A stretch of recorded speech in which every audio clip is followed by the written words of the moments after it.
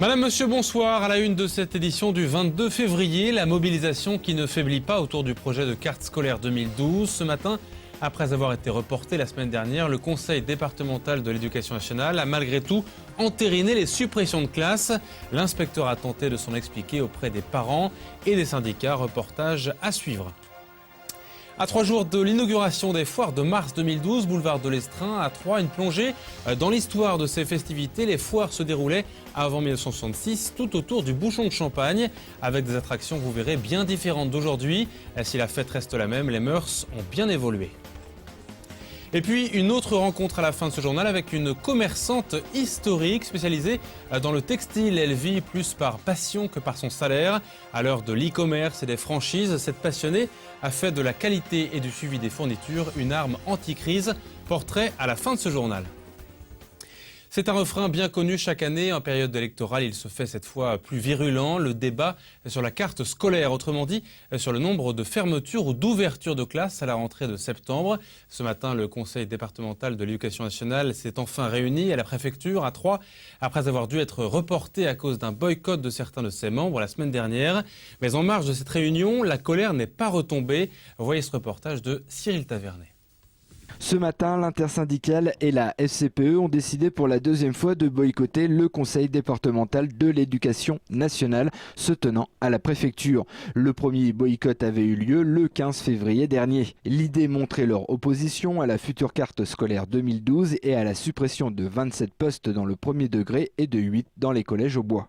On nous dit que c'est un poste de toute façon de fonctionnaire sur 2 qui disparaît, donc c'est la crise, il n'y a pas à discuter. Ben non, il y a à discuter, parce que c'est l'avenir de nos gamins qui est en jeu. Rien ne changera la décision finale du Conseil départemental de l'éducation nationale qui aujourd'hui entérinera de toute façon la fermeture des 27 postes.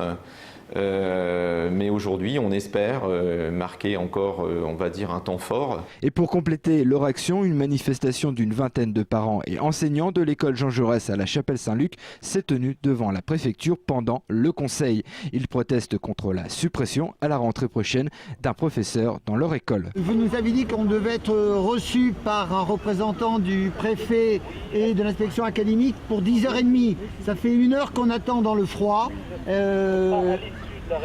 À l'issue de la réunion, mais apparemment elle est terminée, j'ai vu des gens sortir, non? C'est l'inspecteur d'académie qui finalement les recevra pendant une demi-heure. Il s'explique sur cette suppression. Il y a des seuils de calcul qui ont été maintenus. Je rappelle que ces seuils sont fixés à 25 élèves par classe. Ce sera le cas à la rentrée prochaine pour Jean Jaurès. J'ai rappelé que nous avions maintenu également la dotation d'un professeur supplémentaire sur cette école, de la même façon que est implanté dans cette école à la fois un réseau avec un maître G, 2 maîtres E, un psychologue et également 2 enseignants spécialisés. Pourtant, à l'issue de ce rendez-vous, les parents et enseignants venus protester ne sont toujours pas d'accord. On va essayer de continuer à se battre pour qu'il essaye de revenir sur sa décision. Je pense qu'il va être dur, mais on va le faire. On travaille dans des conditions déjà difficiles, que l'ensemble des enseignants fait vraiment déjà ce qu'il peut. Et nous enlever un poste, ça veut dire encore des conditions encore plus compliquées. Vendredi matin, ces parents d'élèves occuperont leur école pour continuer la lutte contre cette suppression de postes. De leur côté, les syndicats et fédérations devraient se rendre à Paris dans les prochaines semaines pour une manifestation nationale. Aucune date n'est définie à ce jour. 19 jours de cavale et finalement retour à la case prison. Le détenu de Clairvaux qui s'était évadé au tribunal de Troyes le 2 février dernier a été interpellé hier à Paris. Il avait réussi à échapper à la surveillance des gendarmes.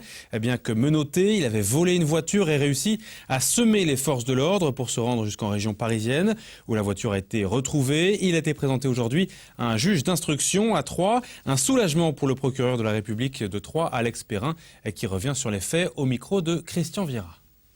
Le juge d'instruction avait saisi un service très spécialisé qui s'appelle la brigade de recherche des fugitifs. Précisément, il a été interpellé dans le quartier de la Défense. Donc, pas sur Paris même, mais sur la périphérie parisienne. tenté d'abord de s'échapper, mais un dispositif suffisamment serré avait été mis en place, donc il a pu être appréhendé. Je peux vous préciser que le juge d'instruction saisi l'a fait présenter tout à l'heure au palais de justice. Au titre des faits de vol avec violence, il encourt une peine qui peut monter jusqu'à 5 années.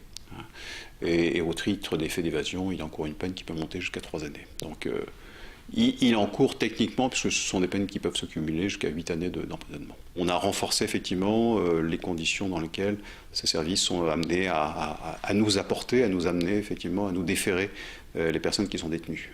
Il y a eu une réflexion qui a été menée là-dessus et on fait en sorte maintenant effectivement que ce type de choses ne se renouvelle pas. Vous avez sans doute vu les manèges qui grandissent jour après jour sur l'esplanade de l'Estrin. À Troyes, les foires de mars se préparent activement. L'inauguration a lieu samedi avec son lot de sensations et d'odeurs de bonbons. Les anciens le savent bien. Jusqu'en 1966, les foires ne se déroulaient pas sur l'esplanade de l'Estrin, mais autour du bouchon de champagne avec des manèges célèbres et des expositions d'êtres humains. Et Christian Vira a voulu remonter le temps pour comprendre l'histoire de cet événement. Regardez.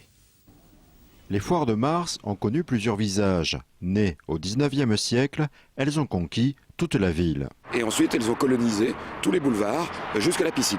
Donc ça s'étendait du cirque à la piscine. C'était un peu comme si Jules César, déguisé en forain, avait assiégé le bouchon de champagne transformé en Alésia, quoi.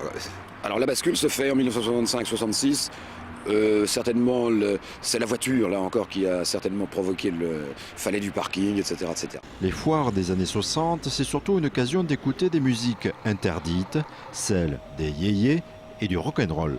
On entendait Dalida chanter comme Prima, Gondolier, enfin des choses comme ça, ou Johnny, ou Bill Haley si vous aimiez plus le rock'n'roll, quoi. Et c'est aussi un lieu où on diffusait auprès de la jeunesse la musique nouvelle, en quelque sorte. Si au départ, les foires de mars mêlaient commerce et manège, elles ont laissé peu à peu place uniquement aux attractions foraines. C'était carabine à plomb, voilà. Et ramener la belle poupée pour la copine. La fête, c'est aussi l'occasion de compter fleurettes durant un tour de manège. Un manège que tout le monde attendait, n'est-ce pas, c'était la chenille. Alors la chenille, c'était un manège circulaire et au bout d'un certain temps, la chenille était recouverte par une bâche. Alors évidemment, les jeunes lycéens qui se retrouvaient là-dedans, bien sûr, en profitaient pour embrasser leurs compagnes, etc. Enfin, c'était le rendez-vous des ados. À l'époque, c'était tout un truc. Hein. Et moi, je me souviens, personnellement, En 1929, les stands sont faits de bois. Grand 8, mais aussi maquettes, animaux sont exposés aux côtés d'attractions moins conventionnelles. Il y avait même un théâtre de puces savantes. Il y avait un stand qui présentait des pieuvres. Authentique, hein. Authentique et surprenant jusqu'à l'après-guerre, les cirques des curiosités. À la fin du 19e siècle, où on avait été chercher des pauvres noirs, vous savez, en Afrique, pour oser les montrer comme ça, comme des bêtes curieuses, des bébés avec des malformations, des choses comme ça, mort-nés, vous voyez, voilà, ça se limitait à ça, mais il y avait une curiosité un peu morbide des gens qui se précipitaient là-dessus. Inauguré durant les foires de mars de 1905, le théâtre Champagne intégrait des spectacles d'équilibristes ou équestres. La version 2012 des foires de mars présente ces curiosités quant à elle à partir de ce vendredi à 17h. On aura l'occasion d'en reparler, bien sûr. Si le tour du bouchon, on l'a vu, a bien changé en quelques décennies, l'actuelle avenue Chomedey de Maisonneuve à Troyes va entamer elle aussi une transformation profonde pour modifier cette entrée de ville qui voit passer chaque jour 16 000 véhicules. Avec l'amélioration des conditions météo, les travaux du Grand Troyes pilotés par la ville de Troyes pour la réalisation des giratoires. Il s'étend sur 2 km cet axe. Les précisions de François Mandeli, maire adjoint en charge des déplacements urbains à Troyes. Il est au micro d'Annabelle Millet. Voilà, les travaux ont démarré en début de semaine, en 2 parties, puisque jusqu'au 15 avril, nous allons effectuer une partie de l'aménagement de ces 2 ronds-points. Ensuite de ça, du 16 avril vers le 15 juillet, vers mi-juillet, nous allons réaliser la 2e partie de ces travaux concernant ces 2 giratoires. À la hauteur du boulevard Danton pour le premier et le second vers le théâtre de Champagne. La spécificité, c'est qu'on va replanter 40 arbres. La spécificité aussi, c'est qu'on va mettre tout ce secteur en zone 30 avec des plateaux surélevés pour assurer la sécurité des piétons notamment. Et puis la spécificité aussi, c'est le fait d'aménager des pistes cyclables de part et d'autre de ces ronds-points, de telle sorte de continuer le cheminement cyclable qui démarre maintenant de Saint-Julien-les-Villas et qui va pouvoir rejoindre l'avenue Vanier.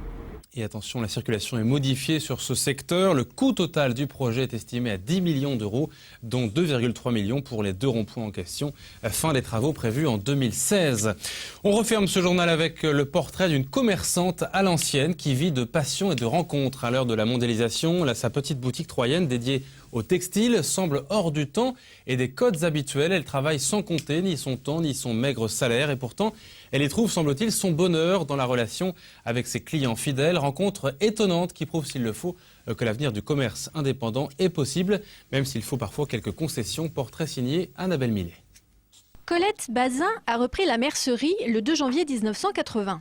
Elle n'avait jamais appris la couture, mais la gestion, oui. Ça s'appelait RL, quand je l'ai pris. Et moi, j'ai choisi au fil du temps, ce qui voulait dire beaucoup de choses. Tant sur le métier que sur l'avenir de ma mercerie. Sa formation en comptabilité et une expérience de travail plus ou moins heureuse lui ont permis de se mettre à son compte et d'avoir sa boutique au fil du temps. J'ai voulu effectivement me prouver à moi-même que je pouvais faire quelque chose. Ayant travaillé en cabinet comptable, je veux dire, j'avais une chef qui me disait que j'étais nulle. Donc un jour, je me suis dit, je vais justement lui prouver, en quelque sorte, me prouver à moi-même que je suis capable de faire quelque chose. Ce n'est pas l'amour de l'argent qui a guidé cette femme joyeuse et réservée. Son salaire tourne autour de 500 € mensuels, mais plutôt son altruisme. Colette, durant ses 30 ans de commerce, n'a été motivée que par son souci d'indépendance et son goût pour servir les autres. Pouvoir rendre service à d'autres personnes et être utile à quelque chose. Ce sera peut-être que pour la semaine prochaine, pas de souci, d'accord ? Financièrement, c'est quand même un petit peu juste. Mais bon, c'est un choix que je ne regrette quand même pas. Je dis toujours la liberté dans la contrainte. Au fil du temps, on propose des articles de mercerie classique, des bobines de fil, des canevas, des fermetures éclair, mais aussi un service de retouche et du conseil. J'essaie d'être utile. C'est un petit peu le but de ma profession.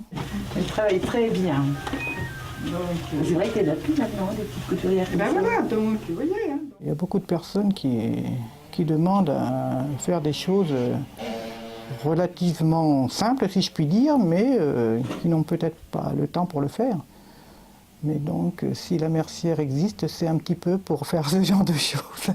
Je suis peut-être un petit peu, peut-être prétentieuse, allez savoir, je ne sais pas. Mais je pense que je fais le travail relativement bien, en tout cas le fait jusqu'à temps qu'il soit très bien. Depuis 1980, effectivement, les clients se sont un petit peu multipliés grâce aux bouche à oreille et donc ça veut dire que mon travail, je pense, les satisfait et que j'espère encore le faire quelques années. Colette n'envisage pas la retraite avant quelques années, trop contente de pouvoir aider et satisfaite de ne pas s'ennuyer. Et c'est la fin de ce journal. À suivre vos prévisions météo pour demain et le reste de la semaine avec Sandra Durupt. Demain, dans le journal, retour sur le projet du futur musée Camille Claudel à Nogent-sur-Seine. Un grand projet qui est expliqué ce soir aux habitants de Nogent. Excellente soirée à tous et à demain.